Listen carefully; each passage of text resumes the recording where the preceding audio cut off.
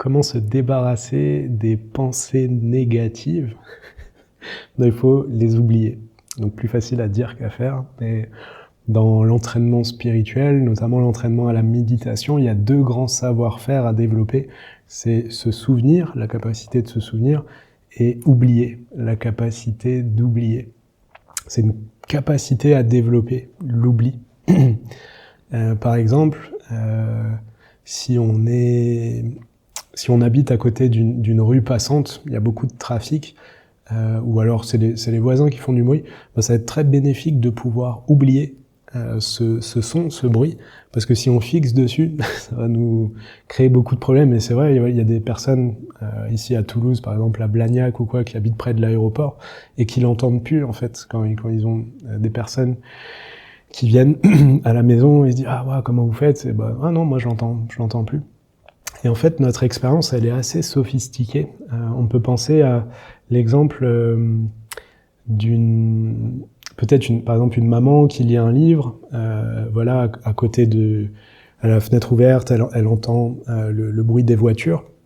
Et puis dans la chambre à côté, il y a son bébé qui fait une sieste.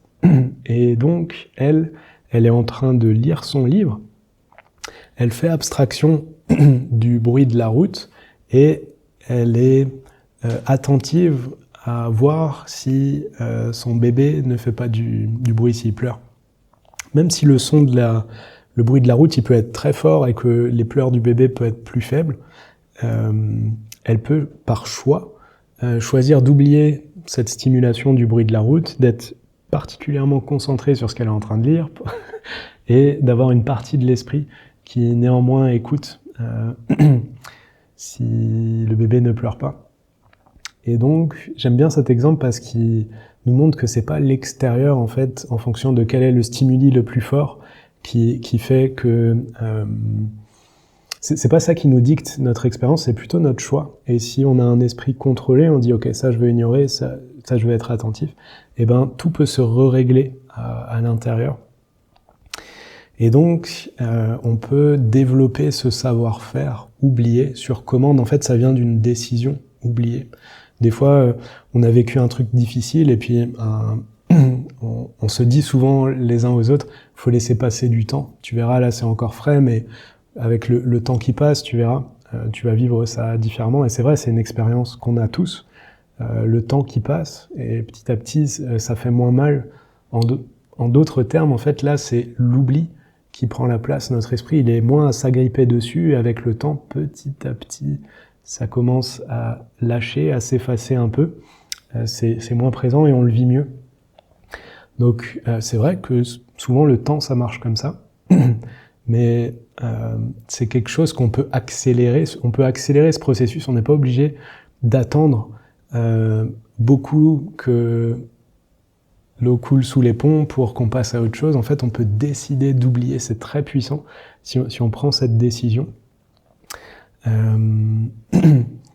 On peut comme ça s'entraîner à oublier tout ce qu'on a vécu de négatif, par exemple dans une journée de travail, pour pas ramener ces choses-là à la maison.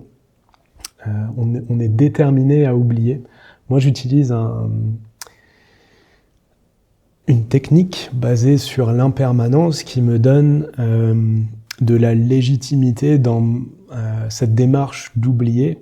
C'est le fait de comprendre que à chaque instant, on est une nouvelle personne.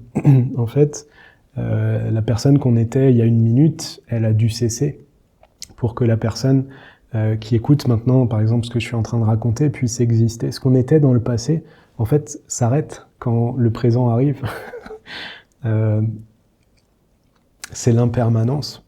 En fait, si la personne qu'on était dans le passé existait toujours, en fait, on se multiplierait à chaque instant et ce serait une expérience assez bizarre. Mais là, c'est justement parce que le passé cesse irrévocablement qu'on peut être maintenant une autre personne.